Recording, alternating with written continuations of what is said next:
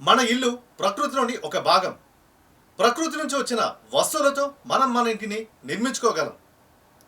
మన జీవన శైలి ప్రకృతిపై ఆధారపడి ఉంటుంది. ముందుగా మనం మన ఇంటిని శుభ్రంగా ఉంచుకున్నట్లయితే ఎటువంటి వ్యాధుల బారిన పడకుండా ఉంటాం, ఆరోగ్యవంతంగా ఉంటాం మరియు మన పర్యావరణాన్ని కాపాడుకోగలం. మన గృహం భూగ్రహం అనే కార్యక్రమానికి స్వాగతం. పర్యావరణాన్ని రక్షించడం ద్వారా మనం మన ఇంటిని రక్షించుకోవడం, అలాగే మన భవిష్యత్తును కాపాడుకోగలమా? అసలు క్రైస్తవుల ఇల్లు ఎలా ఉండాలి?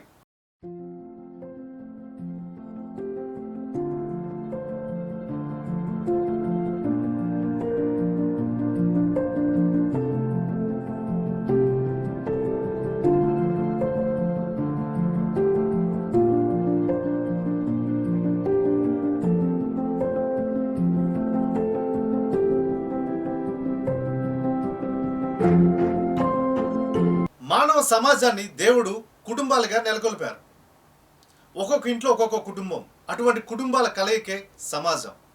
ఇల్లు అనేది కేవలం ఒక గృహం కాదు, అది మన జీవితంలో ఒక భాగం. మనకు ప్రశాంతతను, సౌకర్యాన్ని అందించే ఒక అందమైన ప్రదేశం. ప్రకృతితో మమేకమై మనం నిర్మించే మంచి ఇంటి ద్వారా మనం ఒక మంచి కుటుంబాన్ని పొందవచ్చు. మనం పెరిగిన ఇల్లు మనకి గుర్తుకు వస్తే అందులో మనం ఇతరులతో గడిపిన క్షణాలు గుర్తుకు వస్తాయి. తాతమ్మలు, తాతయ్యలు, తల్లిదండ్రులు, అలాగే అక్క చెల్లెళ్ళు, బంధుమిత్రులు, వారితో మన సంబంధాలను, ఆ జ్ఞాపకాలు గుర్తుకు తెస్తాయి.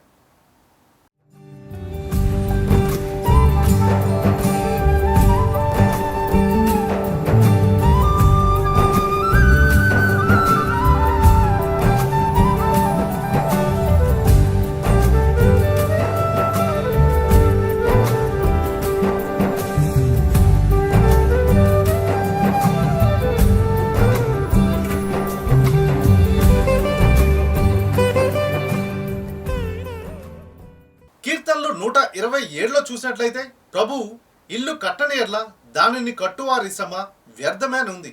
అంటే ఇల్లు కట్టే మీరు ప్రయాస సఫలం కావాలంటే ముందుగా మనం దేవునితో సహవాసం చేయాలి. కుటుంబ ప్రార్థనల ద్వారా, ఏకాంత ప్రార్థనల ద్వారా మనం దేవుని మన హృదయానికి ఆహ్వానించాలి. దేవుని చిత్తానికి మనం తల వంచాలి. అలాగే మత్తయి సువార్త 7వ అధ్యాయం 24వ వచనంలో చూసినట్లయితే నా బోధనలు ఆలకించి పాటించు ప్రతి వాడును రాతి పునాదిపై తన ఇల్లు కట్టుకున్న బుద్ధిమంతుడిని పోలియున్నాడు అని రాసి ఉంది. మీ ఇల్లు బలంగా ఉండాలంటే మీరు ప్రభు అయిన యేసుక్రీస్తు మాట చొప్పున దేవుని వాక్యం ప్రకారం దాన్ని నిర్మించాలి.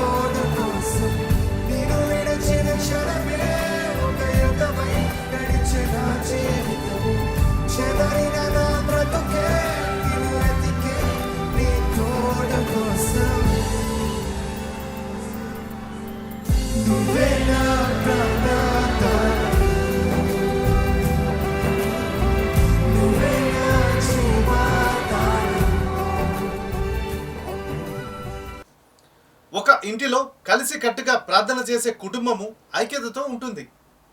దేవుడు ఆశించే ఇంటిలో, దేవుడు సంతోషించే ఇంటిలో ఇలాంటి ఐకమత్యం మనకి కనిపిస్తుంటుంది. ఎందుకంటే అది కుటుంబ సభ్యుల మధ్య ఒక మంచి సంబంధంతో నిండి ఉంటుంది. ప్రకృతిని ఇంటిగా భావించడం మరియు దేవుణ్ణి దానిలో చూడడం అనేది ఒక పాత మతపరమైన ఆలోచన. మీ ఇంటి చుట్టూ మొక్కలు మరియు తోటలను పెంచడం ద్వారా మీరు మీ ఇంటిని సహజమైన సౌందర్యాన్ని అందించవచ్చు మరియు గాలిని శుభ్రపరచవచ్చు. మనం ఉపయోగించిన చెత్తను తగిన చోట పడేయడం ద్వారా మనం ప్రకృతిని కాలుష్యం నుంచి రక్షించవచ్చు. నీరు, విద్యుత్ మరియు ఇతర వనరులను ఆదా చేయడం ద్వారా మనం పర్యావరణాన్ని రక్షించవచ్చు. మనం ఉపయోగించిన వస్తువులను రీసైకిల్ చేయడం ద్వారా మనం ప్రకృతికి నష్టం కలగకుండా చేయవచ్చు. తక్కువ కాలుష్యంతో నడిచే వాహనాలను ఉపయోగించడం ద్వారా మనం గాలిని శుభ్రపరచవచ్చు. మన ఇల్లు మరియు ప్రకృతిని శుభ్రంగా ఉంచడం ద్వారా మనం ఒక ఆరోగ్యకరమైన మరియు సురక్షితమైన ప్రపంచాన్ని నిర్మించవచ్చు. అలాగే ప్రకృతిలో దేవుణ్ణి ఆనందించడం మరియు దేవుడితో కమ్యూనికేట్ చేయడం ద్వారా మనం మన ఆధ్యాత్మిక జీవితాన్ని మెరుగుపరుచుకోవచ్చు. బైబిల్లో ప్రకృతిని దేవుడి యొక్క సృష్టిగా పేర్కొన్నారు. ప్రకృతిని చూసి దేవుడి యొక్క శక్తిని మరియు గొప్పతనాన్ని మనం తెలుసుకోవచ్చు.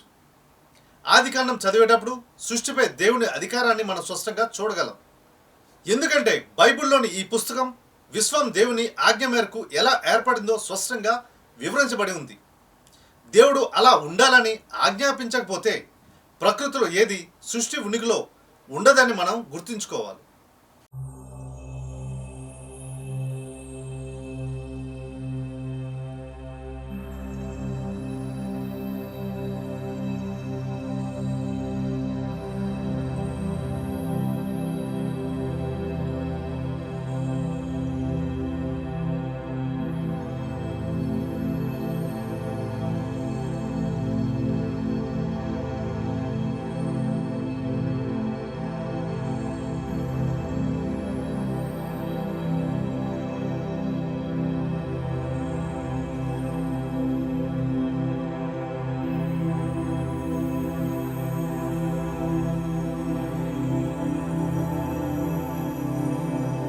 మనం ఎక్కడ ఉన్నా మన చుట్టూ ఉన్న ప్రతి చోటును చూసి ప్రకృతిలో దేవుని చేతి పనిని మనం కనుగొనవచ్చు.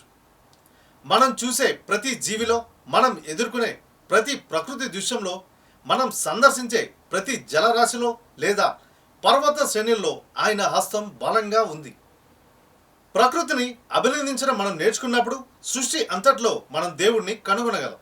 అలాగే దేవుడు మన ఇంటిలో శాంతి, ప్రేమ మరియు ఆనందం గల ప్రదేశంగా చూడాలని ఆశపడతారు. ఆయన మనపై చూపించే ప్రేమ మరియు ఆప్యాయత దీన్ని సూచిస్తుంది. జీవితంలో మనం కొన్నిసార్లు కష్టాలను ఎదుర్కొంటాం లేదా కొన్నిసార్లు తీవ్రమైన ఒత్తిడికి గురవుతాం. అటువంటి సమయంలో కొంచెంసేపు స్వచ్ఛమైన గాలిని ఆస్వాదించడం లేదా ప్రకృతిని చూడడం ద్వారా మనల్ని మనం బలపరుచుకోగలం.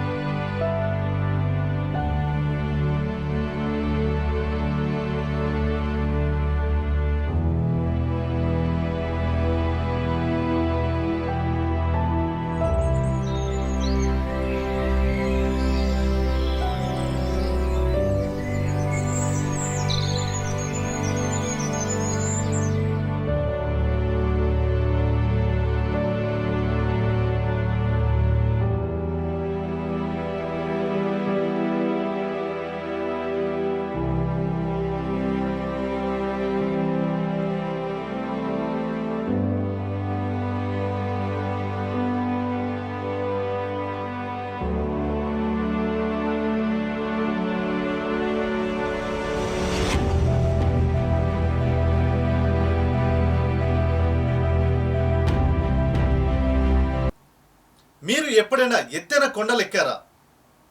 అటువంటి ప్రదేశంలో ఎటువంటి శబ్దాలు ఉండవు, ఎటువంటి కాలుష్యము ఉండదు, స్వచ్ఛమైన గాలి, స్వచ్ఛమైన ప్రకృతితో నిండి ఉంటుంది. యేసు ప్రభు వారు ప్రార్థన చేసుకోవడానికి అటువంటి కొండ ప్రాంతానికి వెళ్ళేవారు.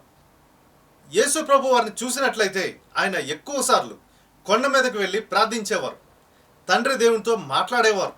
అటువంటి ప్రశాంతమైన ప్రదేశంలో దేవునితో ఏకాంతంగా ప్రార్థనలో గడిపేవారు.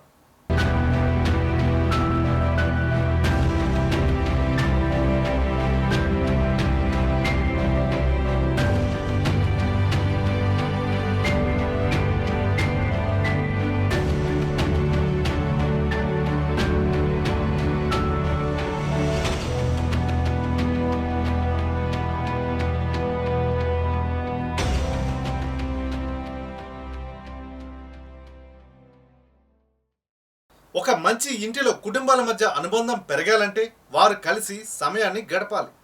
అది భార్యాభర్తల మధ్యనైనా, తల్లిదండ్రుల మధ్యనైనా, పిల్లల మధ్యనైనా, స్నేహితుల మధ్యలోనైనా.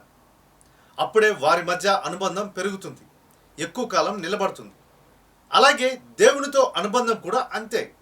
ఇంటిలో ప్రతిరోజు ఆయనతో సమయం గడుపుతూ, ఆయన గురించి తెలుసుకుంటూ, ఆయన మాటలకు విధేయత చూపుతూ మన జీవితాలను మార్చుకున్నట్లయితే మనకు దేవునితో అనుబంధం పెరుగుతుంది. మనం మన ఇంటిని శుభ్రంగా ఉంచడం ద్వారా ఆరోగ్యవంతమైన మరియు సౌకర్యవంతమైన జీవనశైలిని పొందవచ్చు. అలాగే ప్రకృతిని శుభ్రంగా ఉంచడం ద్వారా మనం పర్యావరణాన్ని రక్షించవచ్చు.